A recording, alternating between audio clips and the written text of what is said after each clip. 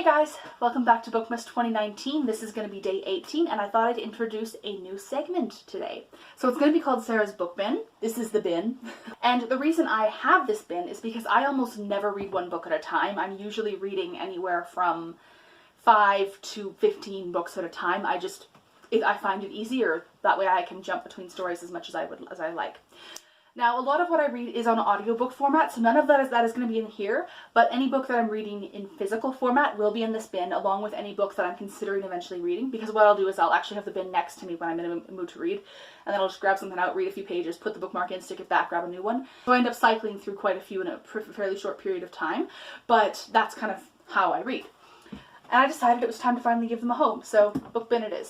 So as for how that's going to affect the channel, I'll just have an episode every now and then that shows what's in the book bin, what's been removed, what's been added, all that kind of stuff.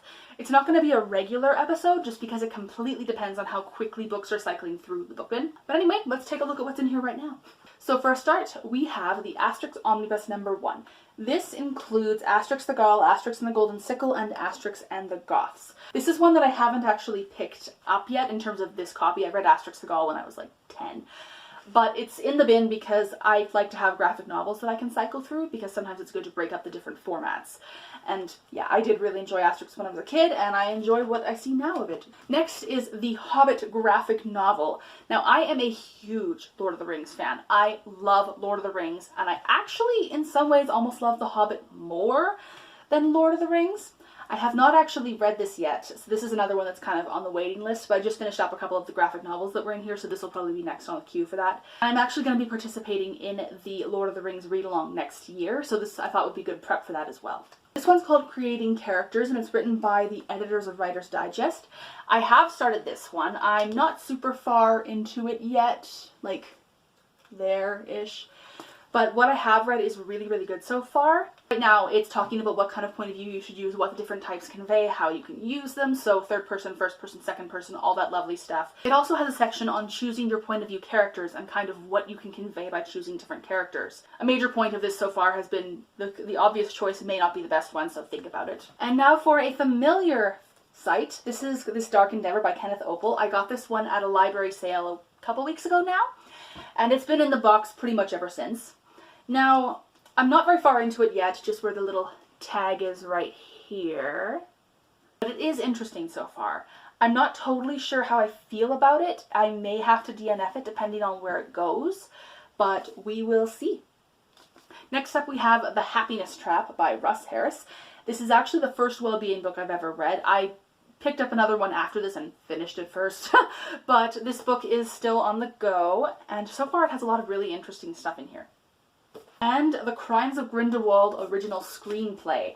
I'm really enjoying this so far. I actually really like the Crimes of Grindelwald movie, and I also enjoy reading scripts, so that meshes quite well.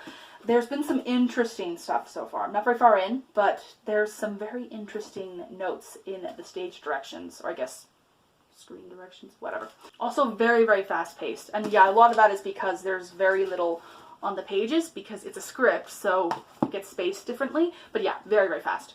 This one probably will not be one that I actually read all the way through, because it's, you know, it's the writer's idea Thesaurus.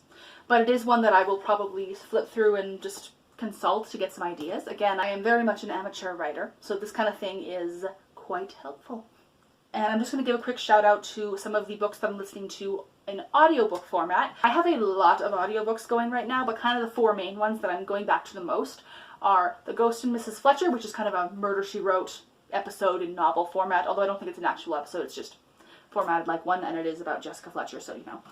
And there's also Percy Jackson's Greek Heroes by Rick Riordan, which I started a number of years ago but didn't finish, despite the fact that I was enjoying it. So yeah, that's the next one. There's also Through the Looking Glass by Lewis Carroll. I have read Alice in Wonderland, but I have not read, you know, Through the Looking Glass before I started it, haven't finished it, so I'm back to it now so I can try and finish it. And number 4 is Mort by Terry Pratchett, which I'd say about 20% of the way through right now. It's pretty early on, but it's coming. Oh, and I also forgot, I'm also listening to Batman Nightwalker, which is very interesting. It's about Bruce Wayne when he is 18. He just turns 18 at the beginning of the novel, and it's kind of his first major case. And so far it's really good, so I would totally recommend that one, at least where I'm at so far. I think I'm about 2/3 the way through that one right now. And then just as a final segment, I'm going to talk about the book that I recently removed from this box. There's actually two, but one of them is not here. I had to return it to the library. That's the Artemis Fowl files. I'll link a video I made about that down below. But I also finished Artemis Fowl, the graphic novel. Can you tell I'm on an Artemis Fowl kick right now? Now, I did enjoy this, but this is one case where I would actually recommend the novel over the graphic novel. For the most part, it doesn't really affect me either way, but this one, it does actually affect me. I did notice parts where they cut small amounts of dialogue or little conversations, and because you're seeing the characters from the outside, you're not getting as much of what's going on inside their minds. On top of that, the way Owen Culver writes, there's a lot that can't really be conveyed through direct actions. So yeah, it's still a good graphic novel, but I wouldn't recommend reading this alone. I would recommend the novel first. So thank you very much for watching, you guys. Do you like to read more than one book at a time or stick with just one? If it is more than one, how do you organize them? Have a wonderful December and a Merry Christmas. See you later.